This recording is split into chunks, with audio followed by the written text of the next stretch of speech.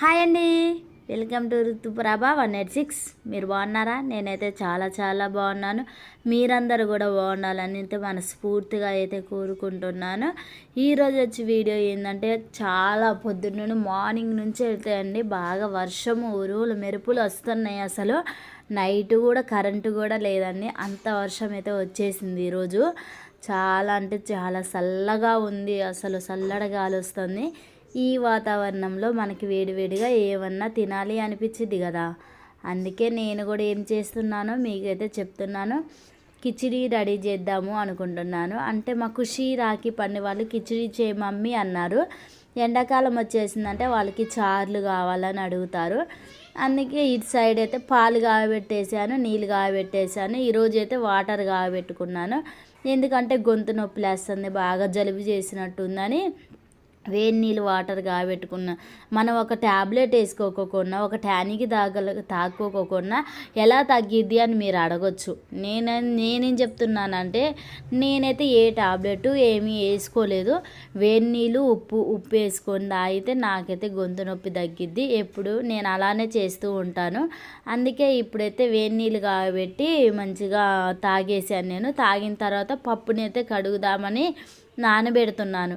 శనగపప్పుని నానబెట్టుకొని శనగపప్పు నానేసిన తర్వాత కిచిడి చేస్తే భలేగా ఉడికిద్దండి, టేస్టే బాగుండిద్ది.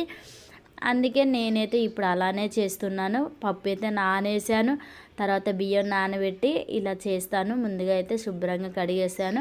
మీకు వీడియో ఆగుపడుతుందో లేదా అని కూడా నేను శనగపప్పు తీసి మరీ మీకు చూపిస్తున్నాను. నేనైతే మంచిగానే చేస్తాను. అంటే ఎప్పుడు చేసే విధంగా కాకోకుండా నా పెళ్ళైన కాడ నుండి నేను ఎప్పుడు చెయ్యని వంట ఈరోజు ఒకటి చేస్తున్నాను. అంటారా, చింతపులుసు చేస్తున్నాను. అది అసలు నిజంగా చెప్పాలంటే నేను మా అమ్మమ్మ, మా అత్తయ్య, మా అమ్మ వాళ్ళు చేస్తేనే నేను తిన్నాను, బాగుంటుంది. కానీ నేను నా చేతుల మీద అయితే నేను ఎప్పుడూ చేయలేదు. ఈరోజైతే చేద్దామని ఫిక్స్ అయిపోయా. మన కిచిడీలా ఉంటుంది, అసలు అద్దిరిపోయేటట్టు ఉంటుంది, అంత బాగుంటుంది.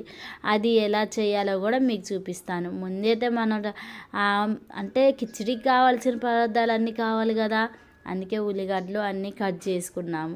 శుభ్రంగా పొట్టు తీసేసి ఉల్లిగడ్డలు కట్ చేసుకొని చేసుకోవాలి. దాంట్లో ఆనియన్స్, పచ్చిమిర్చి, కరివేపాకు, జీలకర్ర అన్ని ఐటమ్స్ అయితే చేసుకుంటే అద్దరిపోయేటట్టు ఉంటుంది.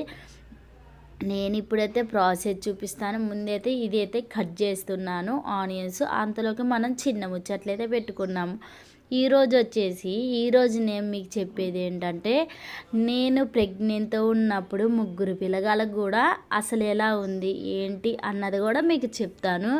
ఫస్ట్ ప్రెగ్నెంట్తో ఉన్నప్పుడు కుశాంతికి అప్పుడైతే చాలా అంటే చాలా ఏమంటారు, కొద్దిగా కష్టంగా ఉంది. అంటే చెప్పాలంటే డెలివరీ అయిన తర్వాత, డెలివరీకి ముందు ఎలా ఉందో చెప్తాను మీకు. 3 days దాకా బాగా నొప్పులు వచ్చి బాగా ఇబ్బంది పడుతూ ఉంటుంటే నేనైతే అంటే గవర్నమెంట్ హాస్పిటలే, ప్రైవేట్లోనైతే చేయించుకోలే, గవర్నమెంట్లోనే కానీ మేము చూపించుకుందాం. అమ్మ వాళ్ళ ఇంటికాడ ఉన్నాను కదా, అక్కడైతే గవర్నమెంట్కి తీసుకెళ్ళారు. 3 days దాకా నేను నొప్పులు పడ్డానండి. ఆ థ్రిల్లింగే వేరు. ఎందుకంటే మనం నొప్పులు పడి కొద్దిగా ఇబ్బంది పడకుండా మనం కంటే అసలు ఆ టైంలో మన పిల్లల్ని చూసుకుంటే ఆ హ్యాపీనెస్ వేరు. మనం కంటానికి ఎంత ఇబ్బంది పడ్డామో ఆ ఒక్క పేసు చూడంగానే మనకి అసలు అది అన్నవి మర్చిపోతాం మనం. అట్లానే నాకైతే జరిగింది.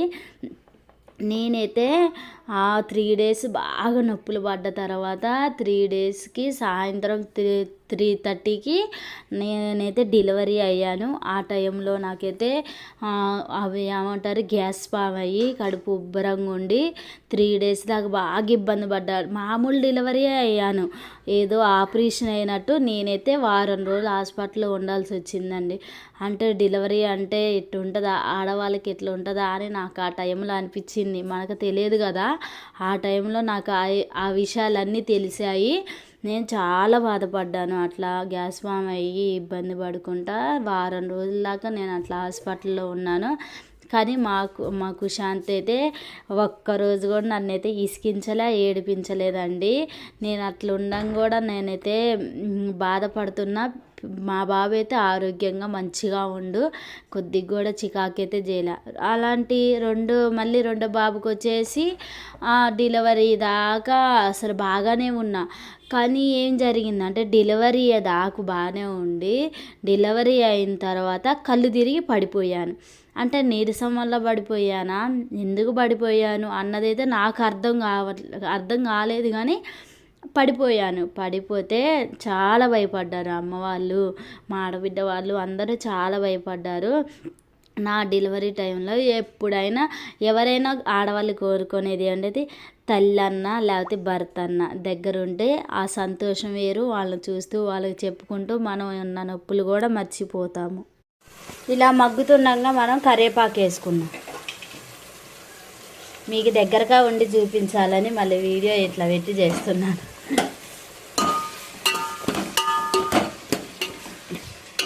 మన ఇంట్లో ఉన్న వాడితోనే చేసుకోవచ్చు. ఇంట్లో ఉన్న వాడితోనే మనకి అంటే టమాటా ఉంటే టమాటా వేసుకోవచ్చు, క్యారెట్ ఉంటే క్యారెట్ వేసుకోవచ్చు, ఆలుగడ్డలు ఉన్న ఆలుగడ్డలు అయినా వేసుకోవచ్చు.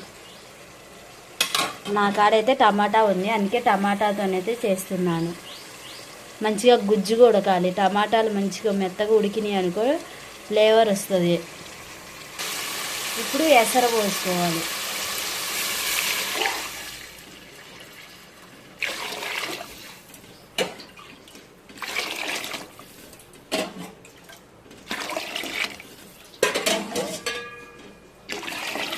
ఐదు లోటాలు వేసాలి. సాల్ట్ వేసుకోవాలి. ఇందాక టమాటాలు మగ్గటానికి వేసాం కదా, ఇప్పుడు ఎసర్లో టేస్ట్ కోసం వేస్తున్నాను. ఇలా తెల్లేటప్పుడు మనం శనగపప్పు వేసుకోవాలి. బియ్యం శనగపప్పు వేసుకోవాలి. బియ్యం వేసుకోవాలి.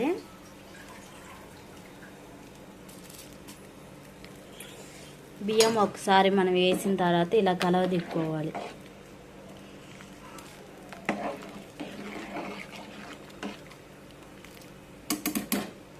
మూత పెట్టేసుకున్నాం.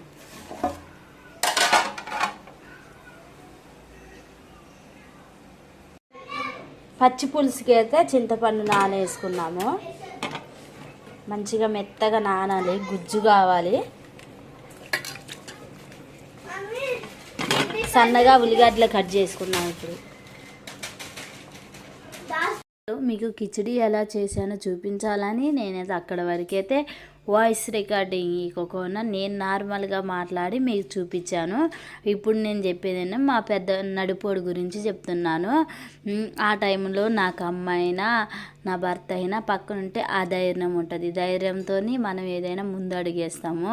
అదే ధైర్యంతోనైతే నేను అప్పట్లో నేను ఆ టైం అప్పుడు అసలు మర్చిపోయా. ఏంటంటే నేను ప్రెగ్నెంట్తో ఉన్న టైమే మర్చిపోయాను. అనుకోకుండా నొప్పులు వచ్చేసాయి. అమ్మటే డెలివరీ అయిన డెలివరీ అయిన తర్వాత కళ్ళు తిరిగి పడిపోయింది. చాలా భయపడ్డారు అమ్మ వాళ్ళు. నా భర్త కూడా చాలా భయపడ్డాడు. కానీ నేనైతే మంచి ఆరోగ్యంగా ఉన్నాను. మా ఆడబిడ్డ వాళ్ళందరూ కూడా చాలా భయపడ్డారు. కానీ కాసేపు తర్వాత ఏం కాదమ్మా అని గ్లూకోజులు పెట్టించారు. మంచిగా ఆరోగ్యంగా అయితే ఉన్నాను. ఆ టైంలోనైతే సెకండ్ కాలంకి నేను మా అమ్మ వాళ్ళ ఇల్లు సరిగా లేదు అక్కడ, అంటే అప్పటికి ఇల్లు కట్టలేదని నేనైతే మా అమ్మమ్మ వాళ్ళ ఊరు వెళ్ళి అక్కడే ఉన్నాను. నేను చాలాసార్లు చెప్పాను కదా అమ్మమ్మ వాళ్ళ ఇంట్లోనే ఎక్కువ ఉన్నానని. అట్లనే డెలివరీకి కూడా సెకండ్ సారి అక్కడికే తీసుకెళ్ళారు నన్ను.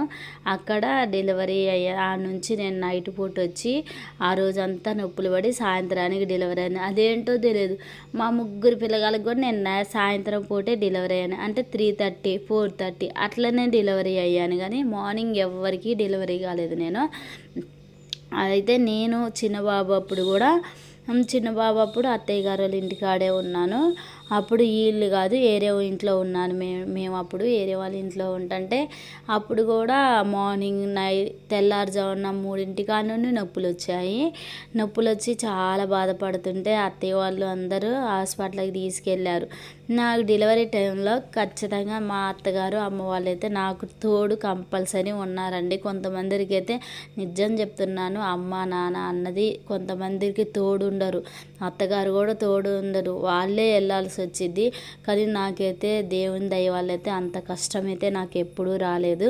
మా మూడింటికి కూడా నాకైతే వాళ్ళు తోడున్నారు. నాకు ఏ అవసరం వచ్చినా నన్ను వాళ్ళు పక్క నుండి చూసుకున్నారు. నా పండుగ కూడా నేను ఇక నార్మల్ డెలివరీ అయ్యాను. నాకు 3 కూడా నార్మల్ డెలివరీ అయ్యాను. ఆపరేషన్ అయితే నాకు జరగలేదు. కానీ పిల్లలు పుట్టుకోకుండా నేను ఆపరేషన్ చేయించుకున్నప్పుడు నేను అప్పుడు పడే కష్టం అంతా, 3 పిల్లగాలకు పడే కష్టం అంతా నా ఎప్పుడైతే ఆపరేషన్ పిల్లలు పుట్టుకోకుండా చేయించుకున్నానో అప్పుడు నేను అంత కష్టం పడ్డాను. అంత కష్టంలో కూడా ఆ టైంలో కూడా నాకైతే తోడున్నారు వాళ్ళు. అప్పుడైతే నిజంగా చెప్తున్నాను, పెద్ద ఆపరేషన్ అయినంత ఫీల్ అయిపోయాను. ఎందుకంటే చిన్న ఆపరేషన్కి కూడా చాలా నొప్పులు బాగా తట్టుకోలేకపోతున్నాను. అదేంటో తెలియదు కానీ నేను చూపించుకున్న హాస్పిటల్లోనే, అంటే పేరు చెప్పకూడదు కానీ నేను చూపించుకున్న హాస్పిటల్లో వాళ్ళు సర్జరీ చేశారు కానీ చిన్న వాళ్ళు చేశారు, పెద్దవాళ్ళు చేయకోకుండా చిన్న చిన్న పిల్లలు ఉంటారు కదా వాళ్ళు ట్రైనింగ్ వాళ్ళు చేశారు.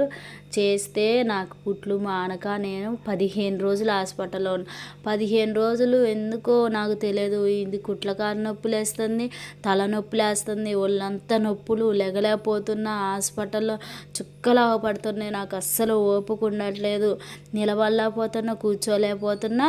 మళ్ళీ కుట్లకాడు కూడా కొద్దిగా గట్టగట్టినట్లు అయినాయి. అంటే ఆపరేషన్ సరిగా వాళ్ళు చేయలేదు, అందుకే అట్లా గట్టినట్టయితే అది ఒత్తితే తగ్గిపోయిద్దమ్మా వద్దన్నని కుట్లకాడ అట్లా ఒత్తితే తగ్గిద్ది అని చెప్పారు. నేను అట్లా ఒత్తుకుంటా నేనైతే చాలా ఇబ్బంది పడ్డా. చెప్తే నాకు ఇప్పుడు కూడా ఏడుపు వస్తుంది, అంత బాధపడ్డా నేను. ఆ టైంలో నాకు చాలా అంటే చాలా బాధ అనిపించింది. ఇప్పటికైతే నేను ఇప్పుడైతే నాకు ఏ సమస్యలు అయితే లేవు, ఇప్పుడైతే మంచిగానే ఉన్నాను. ఇప్పుడు నేను ఇంకోటి చెప్పాలని, చింతపులుసు నా చేతులతో నేను ఇవాళ చేస్తున్నాను కదా. ముందైతే చింతపండులో కంపల్సరీగా జీలకర్ర వాటర్ పోసాను. పులుపు మనం సరిపోయేటట్టు చూసుకోవాలి. తర్వాత ఆనియన్స్ కరివేపాకు వేసి ఆనియన్స్ కలుపుకోవాలి. అంటే మనం మంచిగా చేసుకున్నాం అనుకో అట్లా టేస్ట్ ఎక్కువ ఉండిద్ది, అట్లా కలుపుకొని చేసుకోవాలి. నేనైతే అది కలిపేసి తాలింపు చేసుకున్నాను. తాలింపు పెట్టుకుంటే మనకి టేస్ట్ ఎక్కువ వచ్చింది, అందుకే నేను తాలింపు పెట్టి చేస్తున్నాను. అలానే కరివేపాకు వేసాను, సాల్ట్ వేసాను, సన్నగా కట్ చేసిన పచ్చిమిర్చి కూడా వేసుకొని కలుపుకున్నాను. పచ్చి పులుసు అయితే నాకు రెడీ అయిపోతుంది. ముందైతే నేను అసలు ఈరోజు అనుకోకుండా జరిగిపోయింది. అంటే పిల్లలు చేయమన్నారని, పిల్లలు ఆటోమేటిక్గా నన్ను ఏది అడిగినా నాకు ఇంట్లో ఉన్న వాటితోనే చేస్తాను. నాకు ఇదే కావాలి, ఎట్లానే చేయాలి, బయటికి వెళ్ళి కొనుక్కొచ్చుకోవాలి అనేది అనుకోను. ఉన్న వాటితోనే మీకు చేసి మీకు చూపిస్తాను. కొత్తగా అయితే నేను ఏది కొనుక్కొచ్చుకొని కూడా. నాకైతే టేస్ట్ చాలా అంటే చాలా బాగా అనిపించింది, అంత బాగుంది. నేను చేసిన వంట నాకైతే నచ్చింది. మా పిల్లలు కూడా ఇష్టంగా తిన్నారు. ఎప్పుడైనా నేను కిచిడి చేస్తే కొంచెం మెత్తగా చేస్తాను, ఎందుకంటే పిల్లలు ఇష్టంగా తింటారు, అందుకే అలానే చేస్తాను. కిచిడి రెడీ అయిపోయింది, ఇటు సాంబార్ కూడా రెడీ అయిపోయింది నాకు. నేనైతే అన్నం తినేస్తున్నాను. వంట చేసేసి అన్నం తిన్నామని అన్నం ప్లేట్ అని చారు అయితే పక్కనే తెచ్చిపెట్టుకున్నాను నేను, ఎందుకంటే నాకు చారు అంటే చాలా ఇష్టము. తిన్నామని ఇక కిచిడి పెట్టుకొని వచ్చి చారు పక్కన పెట్టుకొని అయితే అన్నం తింటున్నాను. కొంచెం లేట్ అయింది నేను తినబోయేసరికి, ఎందుకంటే ఇంట్లో పని అంతా చేసుకొని నేను తినడానికి కొంచెం అయితే నాకు లేట్ అయిపోయింది. ఇప్పుడు చూడండి, మీరు ప్లేట్లో పోస్తే నేను అసలు ఏమేమి వేసానో మీకు అవపడుతూనే ఉంటుంది. ఇందాక కొంచెం దూరంలో ఉండి వీడియో తీశాను కదా, నాకు బాధ అనిపించింది. ఇప్పుడు అందుకే నేనేం చేస్తాను, అన్నం తినేటప్పుడన్నా మీకు చూపిద్దామని నేనైతే క్లియర్గా అయితే చూపిస్తున్నాను. మా వీడియో ఇంతవరకు అయితే ఇలా అయితే ఈరోజైతే సాగింది. మా వీడియో మీకు నచ్చినట్టయితే లైక్ చేయండి, షేర్ చేయండి, సబ్స్క్రైబ్ చేసుకోండి. కొత్త వాళ్ళు ఎవరైనా చూస్తున్నా కానీ మీ ఫ్రెండ్స్కి షేర్ చేయండి. నేను ఇంకోటి చెప్పాలని ఏదన్నా ఒక లైక్ ఒక కామెంట్ అయితే నాకు పెట్టండి. మా వీడియో చూస్తున్న ప్రతి ఒక్కరికి కూడా థ్యాంక్ యూ సో మచ్. ఇంకో విషయం ఏంటంటే మీరు కంపల్సరిగా మా వీడియో చూస్తే ఎక్కడ స్కిప్ చేయకోకుండా చూడండి. Bye bye.